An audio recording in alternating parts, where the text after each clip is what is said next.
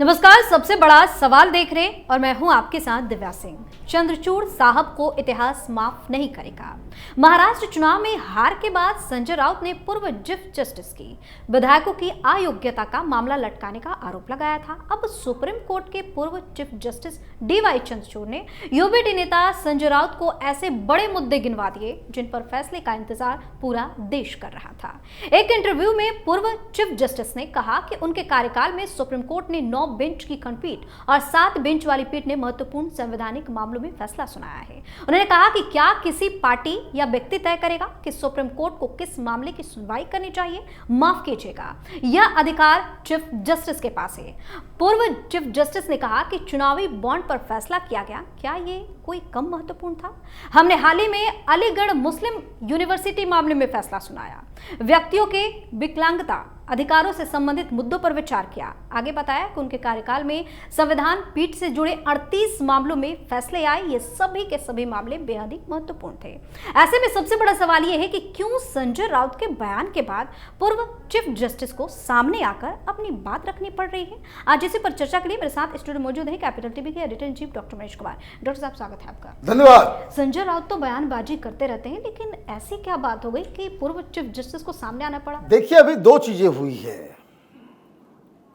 न सिर्फ संजय राउत बल्कि राहुल गांधी ने जुडिशरी के ऊपर बहुत ही अनर्गल आरोप लगाए। महाराष्ट्र का चुनाव हुआ, मट्टी पलित हो गई इन लोगों की, औकात समझ में आ गया इन लोगों को। जनता ने पूरी तरीके से रिजेक्ट किया और अब ये चीख रहे हैं। शरद पवार सुप्रीम कोर्ट में कह रहे हैं कि घड़ी का इस्तेमाल, संजय राउत कह रहे हैं कि फैसला बड़ा लटका दिया गया, राहुल गांधी प्रेस कॉन्फ्रेंस में कह रहे हैं कि कांग्रेस पार्टी कभी कभी जुडिशरी का भी काम कर रही है। सब चीज बंद कर देते हैं, सब कुछ बंद ही कर देते हैं। तो सबसे पहले तो राहुल गांधी को सबक सिखाया चंद्रचूड़ साहब ने। इंडियन एक्सप्रेस के साथ उनका इंटरव्यू आया है। उन्होंने कहा ये आपका काम नहीं है और राजनीतिक दलों को, जुडिशरी को अपनी गंदी और तुच्छ राजनीति में घसीटना नहीं चाहिए। एक बात समझ लीजिए, पार्टी टूटी इनके अपने करतूत की वजह से, चाहे वो शरद पवार की पार्टी टूटी या फिर शिवसेना टूटी। भाई, आपके संगठन के अंदर प्रॉब्लम हुआ ना, या कांग्रेस पार्टी के भी लोग इधर जाते हैं तो कोई भाई बीजेपी वालों ने तोड़ दिया। अरे भाई, ऐसे लोगों को रखते हैं क्यों जो टूट जाए? कह रहे हो भाई खोखा चल रहा था, मतलब पैसे दे करके जो है पार्टी को तोड़ा गया। तो भाई ऐसे लालची लोगों को आपने टिकट ही क्यों दिया? ये नहीं बताएंगे कि उद्धव ठाकरे के दंभ, अहंकार और संजय राउत की गंदी जुबान, उस वजह से पार्टी टूटी और इस वजह से चुनाव ये लोग हारे भी। अभी जब हार गए तो अंगूर खट्टे हैं। भाई, किसी न किसी के ऊपर ठीकरा तो फोड़ना ही होगा। तो कोई जुडिशरी बोल रहा है, कोई कुछ बोल रहा है, कोई ईवीएम बोल रहा है, कोई अजीब अजीब कहानी। एक दूसरे पर भी आरोप लगा। तो आरोप आप लगाएं, लेकिन उससे कोई फर्क नहीं पड़ता। कारण अभी 6 महीने पहले चुनाव हुए थे महाराष्ट्र में। महाराष्ट्र में 6 महीने पहले चुनाव हुआ, तब तो बड़ी बड़ी डींगे हाँक रहे थे। जब आपको खूब सारी सीटें आई, हाँ, जब खूब सारी सीटें जब आप जीते, जब लोकसभा के चुनाव में भारतीय जनता पार्टी, शिंदे और अजित पवार बिल्कुल तहस नहस हो गए, बर्बाद हो गए, तब चीफ जस्टिस याद नहीं आए, तब ईवीएम याद नहीं आया, तब शरद पवार को चिट्ठी नहीं लिखी गई कि देखिए घड़ी का इस्तेमाल उसने किया, गड़बड़ किया। तब आप ओवर कॉन्फिडेंट हो गए कि देखिए भाई क्या होता है। तब सारी चीजें ठीक थी। जब आप चुनाव जीते और चुनाव हारने के बाद आप चीफ जस्टिस के खिलाफ बोल रहे हो। भाई चीफ जस्टिस ने क्या कहा?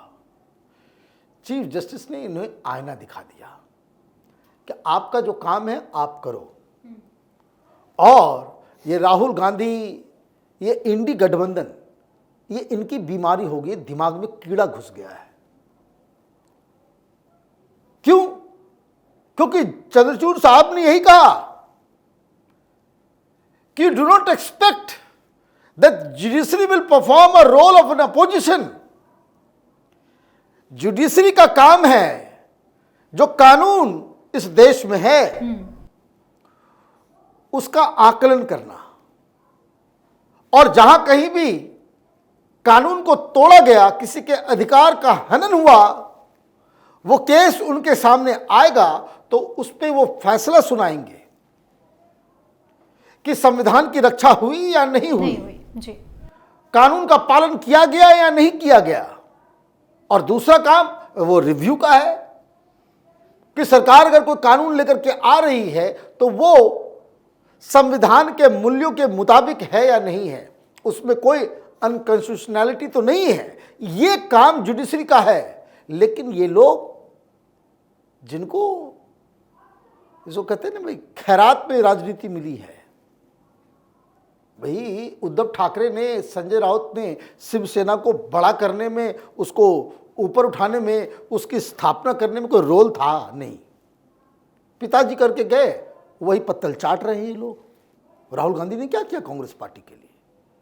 क्या किया है? क्या किस तरीके से कांग्रेस पार्टी को इन्होंने बड़ा किया है? नहीं, कांग्रेस पार्टी की तो कहानी अलग है। वो तमाम स्वतंत्रता सेनानी जिन लोगों ने अपनी जानें दी, काला पानी गए, जेल में सड़े, उन सबको जो है नेहरू ने हथिया लिया, और नेहरू के हथियाने के बाद उसको इंदिरा गांधी ने हड़प लिया, और उसके बाद पास ऑन कर दिया राजीव गांधी को, सोनिया गांधी को, राहुल गांधी। भाई तुमने क्या किया? और जब मोदी से आप नहीं लड़ पाते हो तो आप ये एक्सपेक्ट करते हो कि चुनाव आयोग भी विरोध का काम करे, जुडिशरी भी विरोध का काम करे, ब्यूरोक्रेसी भी विरोध का काम करे, मीडिया भी विरोध का काम करे, सारे लोग जो है आपके साथ सुर में सुर मिला करके कदम ताल करें। ऐसा थोड़ी होता है। आपको अपना काम मालूम नहीं है, आप अपने से जो काम आपका है वो काम कर नहीं रहे, और आप ये कहोगे तो दिक्कत क्या है कि ये लोग ये सोच रहे हैं कि जुडिशरी जो है वो सरकार की। भाई स्टेट के 3-4 बड़े अंग हैं। एक लेजिस्लेचर है जो सबसे ऊपर है, जिसका काम कानून बनाना है। एग्जीक्यूटिव है जो अधिकारी ब्यूरोक्रेसी है, जो योजनाओं को, उस कानून का पालन कराने के लिए अलग अलग तरीके से काम करती है।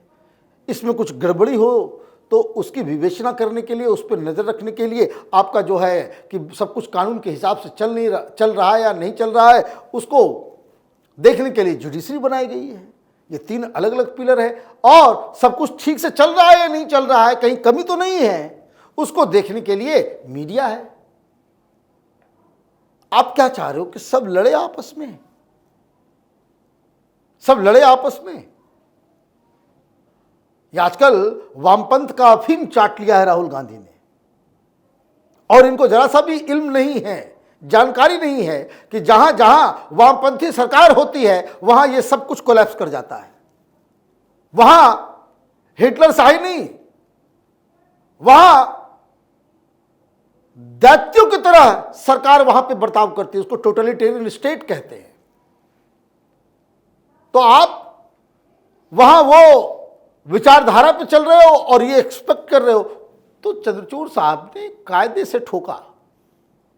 आप ये समझिए कि ऐसा नहीं है कि जजेस इस तरह से, वो चूंकि रिटायर कर गए हैं, ये सब केजरीवाल की बीमारी है। जैसे केजरीवाल झूठ बोल देता है, क्या हमें सुप्रीम कोर्ट के एक जज ने बताया, और नाम नहीं बताएगा, तो जो सिटिंग जज हैं वो इस तरह के सड़क छाप किस्म के नेताओं से तू मैं तो नहीं कर सकते, उनका अपना ग्रेस है, तो वो शांत हो जाते हैं। तो आजकल एक नया निशाना बन गया है कि जुडिशरी को भी ठोक दो। सीएजी को भी ठोक दो, इलेक्शन कमीशन को भी ठोक दो, सारे लोगों को आप जो है अपनी हार का ठीकरा जो है और सबके माथे फोड़ दो। तो चंद्रचूड़ साहब तो चुप रहने वाले ने, वो रिटायर कर गए। अब वो रिटायर कर गए, नाउ इज फ्री मैन।